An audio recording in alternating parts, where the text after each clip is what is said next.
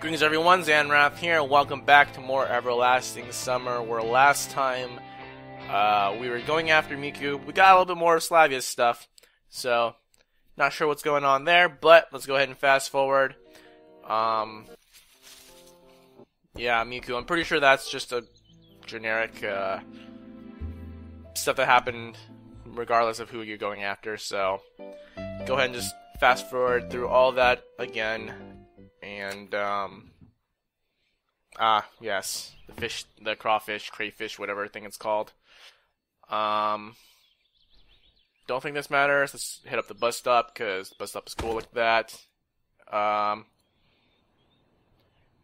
Go with Miku. Done. Of course, that's what we clearly needs to be done, but, let's see now what. I don't know, forest? Sure. Alright. Oh, is this sexy, electronic time? Boom. Yeah, it is. Alright. So, comrade, what's up? Okay, it's this thing now. And we're, not eating apple. I'm just gonna go ahead and just, you know what? We're just gonna smash on these girls' dreams and be mean to them. Oops. And ask about the bundle. Don't give her the charcoal. And we are not supposed to eat the apple. Done. Alright. Wait, is it Shurk time now? No, that's next morning, right? Hold on. That was standard, right?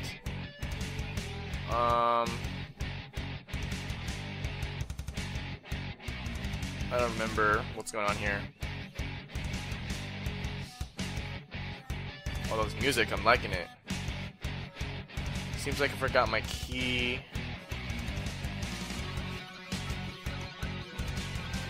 Surely he is at the village buying cigarettes or vodka. I don't remember her saying that. Wait, did Shurk already get lost? Okay, I guess we'll read this because I don't remember it, but maybe I already read this. Look, 3 free chairs. Then Miku stood in front of me. Are these taken? Wondered Lena. No, take a seat. Of course, I wish you were alone. Thank you. As soon as Lena... Yeah, I'm pretty sure I've read this, but I don't remember the cigarettes and vodka stuff. Yes, I'm pretty sure I've read this, so let's go ahead and just fast forward through that then. Yep. Blowing up stuff time. I'm supposed to go it alone. Done. Right. Am I going there alone? Olga Dmitryevna looked thoughtfully. Perhaps you're right. We'll go together tomorrow morning. Oh, okay. We stood in silence for some time, then dispersed around the camp. Everybody seemingly forgot about Alyssa and her terrorist act. Maybe due to the minor damage it caused. Oh, so we're just completely skipping that, that story, that arc, I guess, that side plot thing, and then I guess Shurk is just gonna randomly show up, in his cabin or something in the morning and we're all good. Together with the camp leader, I went towards our cabin. I tried to think of why Shurk would go to the old camp. He is interested in robots and cybernetics, not scary stories and ghosts. What does that boot have to do with it? What does that boot have to do with that it? What does that boot have to do with that? Or it? You know, choose one or the other. I remember how I decided to wait until something extraordinary would happen, and then I realized, this is it. Olga Dmitryevna, I think I'll take a walk before bed. Uh-oh, are we going to do it by ourselves, actually? Like, legit? Just not a long one. Okay. Too bad, comrade. When I reached the square, I understood that hanging out in the forest or some other strange place may not be that scary, but doing so in the dark. I didn't want to return to Olga Dmitryevna's cabin, but I had to find a flashlight. For instance, there was one in the infirmary. I was glad I didn't spend my whole time there reading the fashion magazine. We are actually going to do it. Okay. The flashlight was quickly found, and in a few minutes I was again standing at the square, pulling myself together. I just had to make the final decision before I entered the forest. Moving past the pioneers' cabins down the forest path towards the abandoned camp. I set forth. Electronic told me that the old building was built immediately after the war. It looked like a kindergarten. Yeah. 20 years. It was now totally dark. The forest looked totally different at night. Mysterious shadows were hiding beneath a tree. Strange rustling and the cries of night birds coming from everywhere. Branches treacherously snapping beneath my feet. The full moon was shining, so I decided to save the battery in the flashlight. I'm sure I'll need it in time, or I'll sure. Oops. Let's see. I'm sure I will need it sometime soon. The further I moved, the more unpleasant thoughts came into my head.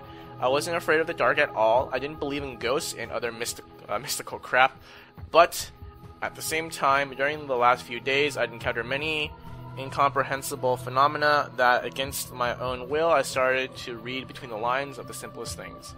Obviously, I felt exceptionally uneasy in the forest at night. Everywhere I looked, every shadow, every tree or bush, looked like weird creatures escaping straight from horror movies or from Stephen King novels. A branch seemed to be someone's hand, eager to grab your shoulder or fall in log someone's dead body. Someone who'd failed to get out of the forest. In every gully, I saw a bottomless abyss. If I found myself in this forest under other circumstances, without all these bushes, without all these buses and pioneer camps, of course I would still feel uncomfortable. But then I would be able to explain everything with logic and be afraid of nothing except for owls and mice, of course. But at the moment, there were more than enough reasons to fear. Despite all this, I reached the old camp without any adventures. In a little glade surrounded by trees stood a house resembling a kindergarten, paint peeling off the walls, almost all the windows were broken masonry here and there, holes, yeah. I'm pretty sure I've read this stuff before, so, yep, it was up to my waist. I don't know why I paused there, but the moon looked like it was,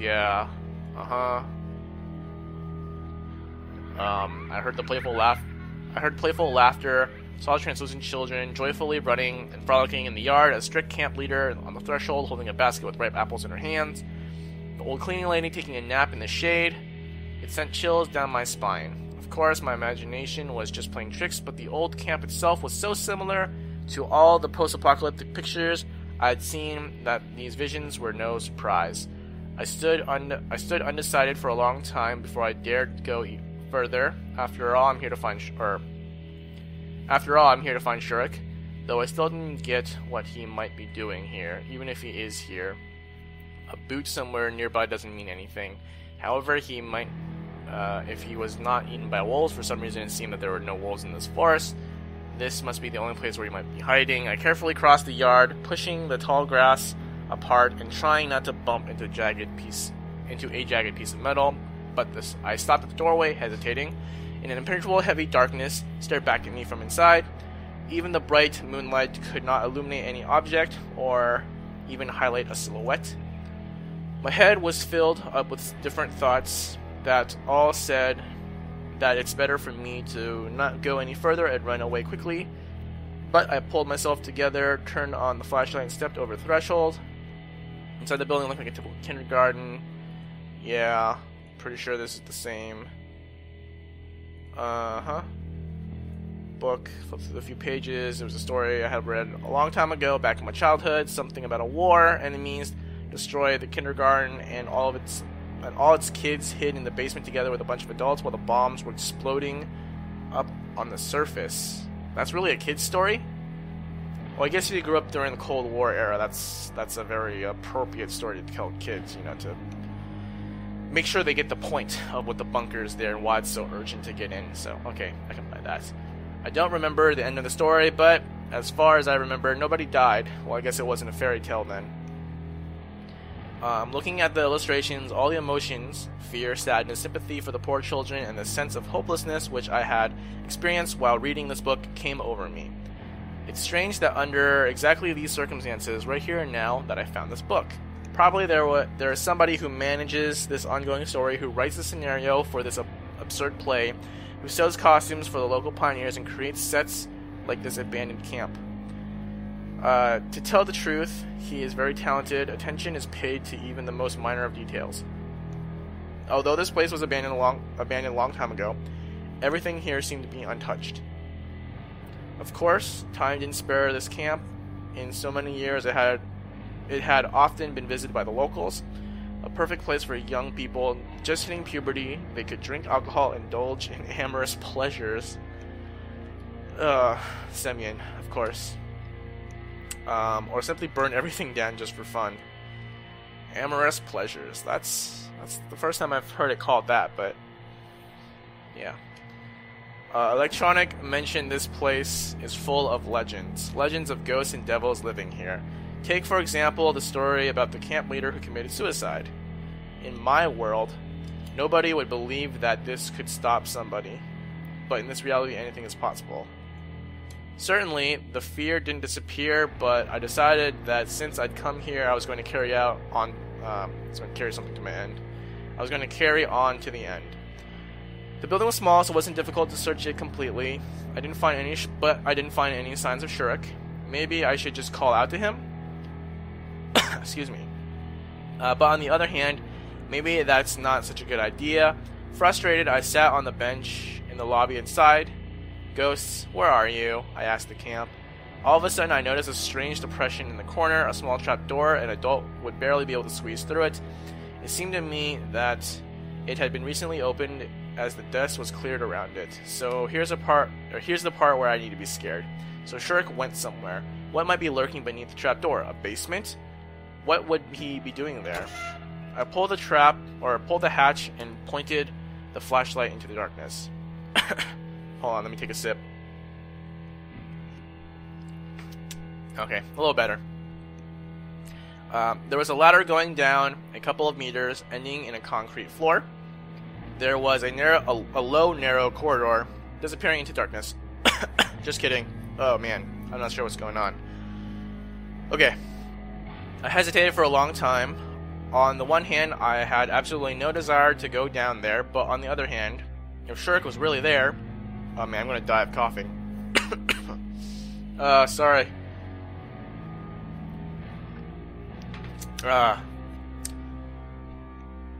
Guess this game doesn't want me to read it today. Alright, I swore loudly and began to descend. Downstairs, it was so dark that even the flashlight didn't help much. A low ceiling, wires extending along the walls, broken lamps clad in iron bars. Have I read this before? That's probably why every time the girls... oh man, sorry. Every time the girls are like holding our hand, supposedly, they're not holding our hand because they just like, took this still image, put in a girl back there, and called it good. I've seen it all somewhere. Yeah, you've seen it like 5 other times. 5 other times? Yeah, maybe. I slowly started to move deeper into the dungeon. The path went down and after a few dozen meters ended at the stairway with high steps. Soon I found myself in front of a massive metal door. There's a sign painted on it. I looked closely and realized there was a biohazard sign. No wonder if the old camp was built after the war and it lasts until the 70s, so it's an ordinary bomb shelter and there was nothing to be afraid of. However, those thoughts made me even more scared. I made a decision and opened the door, which immediately shut with a sharp sound as soon as I stepped through the doorway. Oh, and the lights are off. I shuddered strongly, my hands began to tremble, and my vision dimmed. I regained consciousness after a few seconds, and only then did I realize that apparently a strong spring was attached to the door. I found myself... Okay, so I walked in and like instantly passed out, but somehow knew that the door closed. And then I wake up and it's all bright and it's okay. I found myself in quite a spacious room. In the beam of the flashlight, I could see it. Oh, okay, never mind. So I just passed out, and then this is the light of the flashlight. It's a really nice flashlight then. I could see a bunk bed, some cabinets along the walls, and several devices of unknown purposes and located in the far corner. It seemed that this bomb shelter has never been used. Nobody ever came here. The beds were made, which is strange in itself. I carefully looked around the room several times. The cabinets were filled with gas masks, chemical protective suits, dry rations, various domestic odds and ends. The devices, which I at first could determine the purpose of, were gauges of radiation, air pressure, and temperature. In short, it was a typical bomb shelter. I'd never been in such a place before, but it was how I imagined it. The only thing that remained unexplored was the door at the other end of the room. I pulled the handle, but the door remained closed. If someone recently came down here, he wasn't found in this room, then it would be logical to assume he's behind the door. I called out in a whisper, "Shurik?" No reply. Maybe he locked himself out, but why? It was unclear what I should do next. Well, based on how that last door went, and it sprung closed, I think it would be safe to assume that if he did go out that door, it would just spring closed too. Perhaps it would be smarter to come back tomorrow with help, but for some reason... Oh, but it's locked, right? I'm guessing it closed, but the door we opened, Semyon, closed, but it's not actually locked. Anyways, but for some reason I had a feeling that behind this door I would find answers that can't wait to be found. I walked across the room and took a crowbar from the corner. I wedged it under the bottom of the door and tried to rip it from its hinges. Oddly enough, after a while, I did just that. Fortunately, it wasn't as massive. Fortunately, it wasn't as massive as the previous door. The door gave out and slammed onto the floor. I took a deep breath and pointed the flashlight down the passage. The corridor vanished in the darkness, the same as the one that brought me here. The walls were closing in, my head almost touching the ceiling, but I could not make it out the end of the corridor. I walked carefully, looking at the ground. This was the reason that I did not fall into the pit. The hole was about 1.5 meters in diameter, and there was earth at the bottom of it instead of concrete. It seemed that the hole was caused by an explosion. It wasn't too deep. I could easily climb out later. I jumped in the hole, found myself in something that resembled an old mine. The walls and the ceiling were reinforced with wooden beams. The tunnel was so long that my flashlight was insufficient. A few minutes later, I found myself at the crossroads. It's too dangerous to go any further. I could get lost. I decided that would be a good idea to somehow mark. Yep, so I went further and further. It seems there is no end to these tunnels. I am trapped in the Minotaur's labyrinth, and a terrible creature will soon appear. I was exhausted and slowly slid down to the ground, leaning against the mine's damp walls. Where's that damn Shurik? And how many hours have I been walking around here? My eyes began to close, just for a minute. Passed out, and then he beats me in the head with the little wrench pipe thing. Oh. Did I die? Because sometimes a dream is just a dream. One doesn't have to look it up on the internet searching for an interpretation of a dream that invaded your dream world in such a rude manner. One doesn't have to assume that it's a sign, a prophecy, a prediction of the future. Sometimes a dream is just a dream, a beautiful story. Not beautiful story, but beautiful. That is just not going to happen in your real life. A fairy tale sketched by your resting brain and painted by your imagination. Sometimes a dream is just a dream, even if it comes in several parts. Huh? Masha? Damn, I'm so tired of all this. Huh? I raised my eyes and saw a girl hanging over me. Why is your name Masha now? What exactly are you tired of? Everything. It's not like someone made you do this or is still making you. Well, it's not that simple. Are we like... What? Is this like real life? Is this like the real life Miku, but her name is Masha? Oh. It is indeed quite that simple. Damn, you're always... Hold on, oops. Yeah, damn, you're always... Stop chatting, come on, get to work. A voice that would brook no objections came from far away. The bus became empty in an instant. The girl I was arguing with, sulked like a child, turned abruptly, clicked her heels, and headed to the exit. Her name was Masha. Okay, you ready? A woman appeared, her face simultaneously expressed anger for the fates of the whole of humanity, arrogance, concentration, and fatigue. Yeah, sure. Excellent. Are we not Semyon anymore? Because it just says me instead of Semyon, right? Then, action! I didn't even realize when she left the bus and a camera appeared pointing at me. Huh? I've shut my eyes. That's right, I must be sleeping according to the script. How long must I sit like that? 10 seconds? 20? That should be enough. I slowly opened my eyes and started to sweep the bus with an ignorant look. That's it, I haven't gotten the slightest idea where I am. What is this? An Icarus? But why? So I have to put the most surprised face that I've ever done. I should imagine that I'm sitting on a toilet reading a book and the door suddenly swings open and I see Jean Reno with a gun. Pardon me. Do you mind that I'm, pardon my French, doing number 2 here?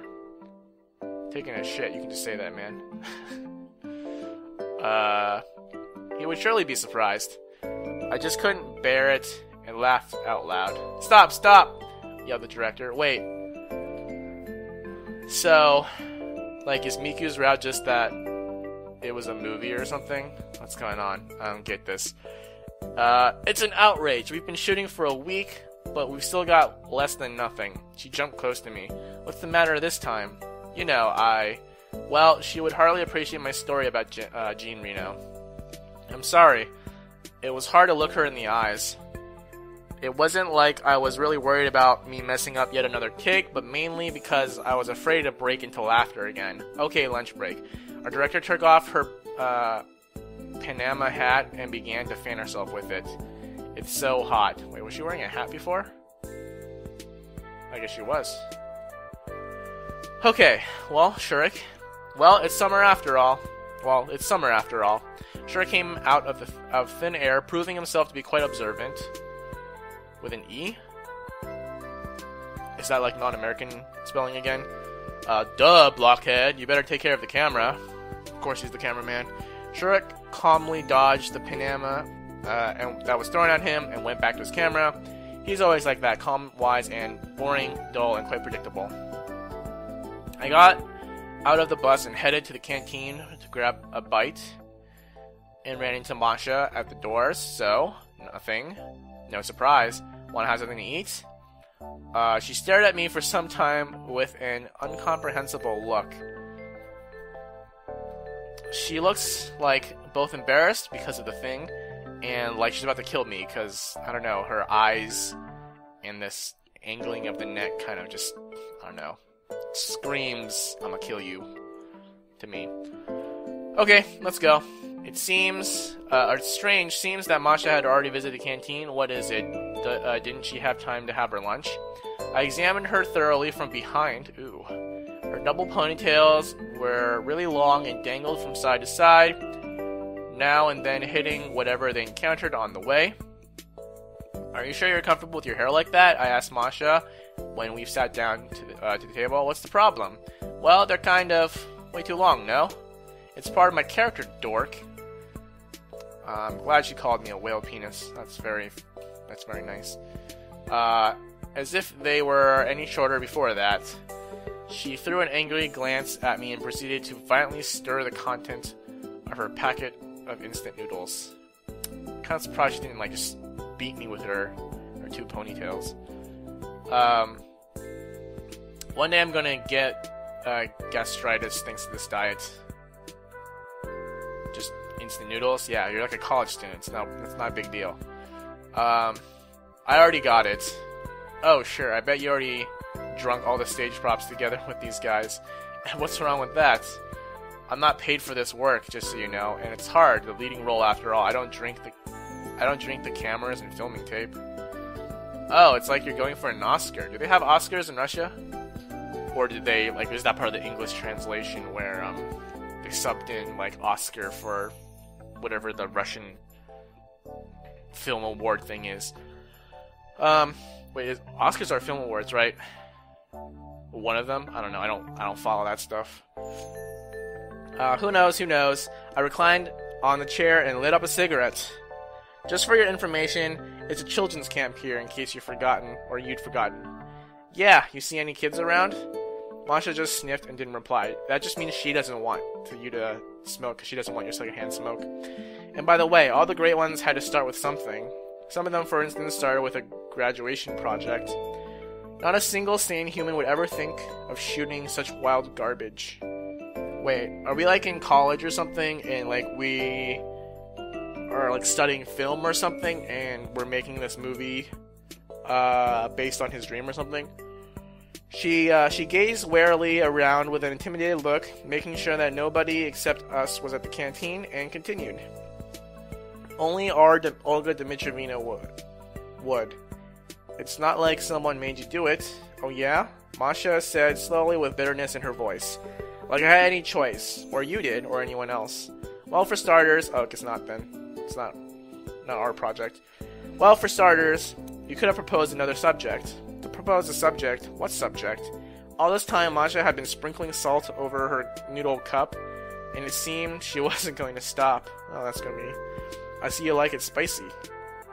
Is Russian salt spicy? What? I directed my gaze at her cup. Damn! She just flipped the table? No, she slammed the salt shaker down. She slammed the salt shaker down the table and sadly dropped her eyes to the small hill of salt that, like an iceberg fighting global warming, just refused to dissolve in her broth. Okay, I guess you oversaturated it. How do you slam a... I'm trying to imagine how you slam a salt shaker down the table. I know how you slam a salt shaker down on the table, but like... I'm trying to like... You slam it and then you just slide it down the table, I guess. Oh, come on. I suddenly felt sorry for Masha. Anyway, I could hardly digest this crap. Sandwiches are way better. Here. I pushed my bowl in her direction. She took it silently and began to eat. Won't you even thank me? But it's complicated. But it's completely your fault. What exactly? You distracted me, and anyway, it's your fault. Whatever. Masha kept eating in silence. I finished smoking and stubbed the cigarette out on the corner of the table. It's kind of not a good thing for the table, right? I mean, I don't smoke, and I've never been to a place where you can smoke in public, because I'm pretty sure in the US you can't smoke in buildings within 25 feet of a building.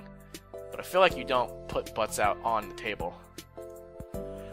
What exactly don't you like about it? Well, it's actually fine if you get used to it. Lovely noodles. I looked at Masha in a way that made clear exactly how silly and irrelevant her answer was. You're talking about the movie. About the movie. Take my character, for example. Although never mind using it as example, it's the worst part of the script. Were you even reading this when you wrote it? Oh, so you did write it. Okay, that's cool. For the first 2 days, then laziness took over. Yeah, her character kind of didn't really add much to the plot, did it? Other than that, just one panty shot, I guess, and, you know, playing guitar or something with Semyon. Well, I read it. So what? Does it seem normal to you? What exactly? Character, my character. What's the problem with it? I decided to play the fool till the end. Stop mocking me. If looks could kill, my death would have been a pretty painful one. Alright, calm down. Masha fixed her gaze on me. What's the matter with your character? Just a normal retarded girl? Wow. There are so many around anyway, no? She turned red at first, then blue, then she turned green. I'm not sure that the changing of colors on her face during a fraction of a second was really like that, but either way Masha looked scary. You know, that's disgusting, she said, suddenly getting a grip. I think it's perfectly normal. The cast of a movie, or book for that matter, can't consist of only cute, smart, and sexy characters. We still need supporting roles. Supporting, but not retarded. She didn't seem retarded, she just kind of seemed... I don't know, airy, I guess is better. I mean, she didn't seem like that dumb. She just talked nonsensically, like a lot, I guess. It's not like we don't encounter them in real life, but I'm not like that. But you're not playing yourself after all. Her stubbornness started to get on my nerves. People will watch it and say Masha is a retard. I covered my face with hands. Oh, great. We're going back into Alyssa's backpack, just backpack full of hands, right? Covered my face with hands and put my head on the down on the table. Okay, and what do you suggest now? I don't know. Everything is just bad. Will it get better if you keep crying? will it get better if you just keep crying and moaning? I'm not moaning. Oh, like I can't hear it. Well, I'd prefer if I couldn't. You know what? I opened one eye and looked up at the enraged Masha. What? You're just an insensitive bastard. As you say, mademoiselle. And is she gonna rage quit? She didn't manage to finish the phrase. The door burst open and a cheerful shout reached us. Okay. Who's Sasha? Is that Slavia? Masha Nyan. Semyon Kun. Is Sasha Japanese, but she's playing a Russian person? And then Masha. Is Masha a Russian name or like a European name? I don't know, but isn't Mika supposed to be half Japanese? Why did you have the Japanese person play? Well, I guess we don't know if Sasha is Japanese or not, but based on that, like, who else calls... Actually, no, I do have friends who do that too, and they're not Japanese. They're Asian, though, but does that count? I don't know. Oh, here comes another raving lunatic. Oh lord, what have I done wrong? I turned my head and glanced skeptically at the girl who ran into the canteen, Sasha, one of the main characters. If we compare Sasha in real life with the character she's going to play, then Masha's words about the injustice in this world don't seem that meaningless. I'm guessing she's like supposed to be more serious and like aloof and like whatever like Slavia is, but then Sasha is supposed to be like airy and like clumsy and all that stuff like Miku is, right? However, on the bright side, one can't ignore Sasha's acting talent. She really becomes a totally different person on the screen. I told you like 1,000 times, don't ever call me Masha Nyan. Masha gritted her teeth. Okay, then what? Or then it would be Mashian? Mashian? I don't know. Can I? Man, I'm already starting to get annoyed by her. Sasha snatched the chair, moved it closer, and sat beside me. Freaking cuckoo. How do people like that enter college in the first place? Cash money. Done. Yeah. What are you talking about? Okay, so... okay. I'm just thinking to like Yu-Gi-Oh! Bridge, Joey Wheeler. Yeah. That's... When I read that, I was thinking that's how it's supposed to be pronounced, but it's only one A, it's not like extended, so I didn't do that. But that's what I was thinking, just so you guys know. Sasha seemed to ignore Masha's opinion of her professional impropriety. Oh, we were just discussing what exactly Masha Nyan doesn't like about her script. Just you wait till I beat the Nyan out of you. She's trying to land a punch on my forehead, but I dodged, and her fist slammed down the table. Sasha gave a brief cry and started shivering. See how discontent she is? A curious young mind, which doesn't seek any compromises, ready for long, painstaking work, for self-sacrifice and denial of the fragile material world. And all for what? For the truth. Wow, you're so smart! Sasha murmured and hugged my arm. Oh god, she's one of those people. Too bad you're not. No, you're hopeless. I'll take that as a compliment. Masha fetched her phone out of her pocket and checked the time. Okay, time to get going. Where are you going? You only appear starting day 2. Is that right? That is right.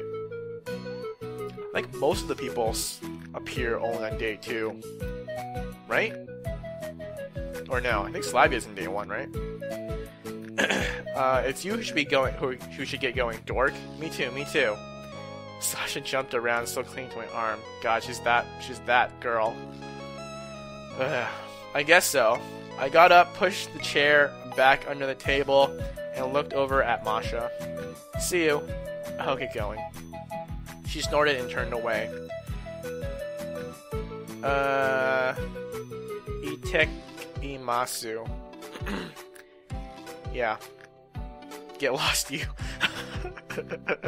Wait, is that what they say when they eat? Like, I don't know, I'm not good at pronouncing it, but is that... It kind of sounds, or looks phonetically like what people say when they're about to eat in Japan, right? But I like to get lost you, yeah. Just as that reached my ear, Sasha shot past me with an empty noodle packet trailing in her wake. Damn.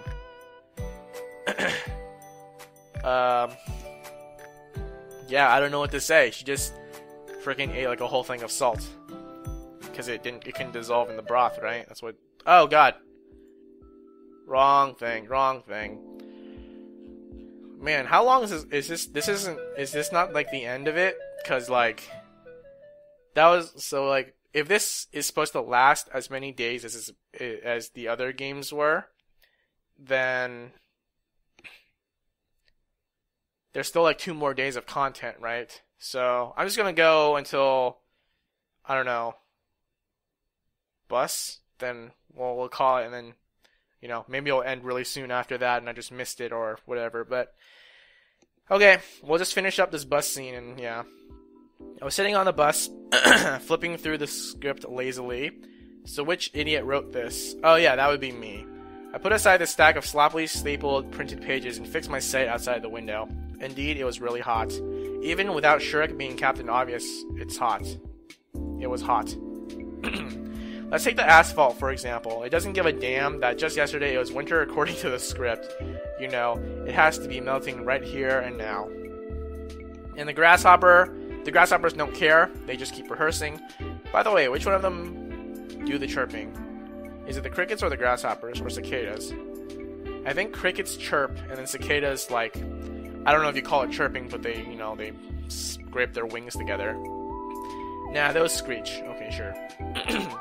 Damn, I don't even have any internet handy for a quick check. Though, why would I? The script is all agreed on and approved, and it can't be edited at all. And anyway, who would care about the grasshoppers in our movie? Although, it would be a splendid idea for shooting a horror flick in the spirit of 50s USB movies. Like, for example, My Cousin is a Grasshopper, or The Cricket Day, or hold on, full stop, One Flew Over the Cicada's Nest. If I have to spend 5 more minutes here, I'm going to turn into an insect myself. Oh, why were there no air conditionings in old Soviet buses? Hey, hello, anyone home? A loudspeaker is pointed at me, and right behind it, I recognize the face of Olga Dmitrievna through the melting air. Please leave your message after the... bonk. I felt a blow. Hey, you can't just smack the protagonist like that. Have you even read my tour rider? Shut up. This has to be the last take on the bus. Or in the bus. On the bus? In the bus. In the bus. I wanted this pretty bad myself. After all, it's better to be outside than stuck in this moving man-melter. Shurk's camera was hanging over me. I acted as if I was really desperate about what's going on, raged across the bus, dashed outside, ran all around it, and finally collapsed down on the sidewalk. Cut! Olga Dmitrievna smiled approvingly. Well, it seems like you were able to do it when you really wanted to. Sure, it seems that will is the most important thing. And now I'm meeting Slavia. A break, maybe? Router? His name is Router? Okay. Well, I guess this is going to continue on, maybe for a little bit more. Maybe just going to end like 2 lines from now, but based on how long the other routes were, we still have, like, you know, like I said, about 2 more days or so worth of content. So let's just go ahead and save it. Yeah, I mean, I guess, oops, didn't save. So yeah, I guess this is a movie, which is kind of weird. I'm not sure what that's supposed to tell us about Miku or anything, but I guess it's an interesting take on things, I suppose. But yeah, at least we know that Miku and Slavia are playing basically like their opposite characters to who they are in real life. That's really the gist of what I got from this so far, at least. So I guess we'll finish wrapping up the movie next time.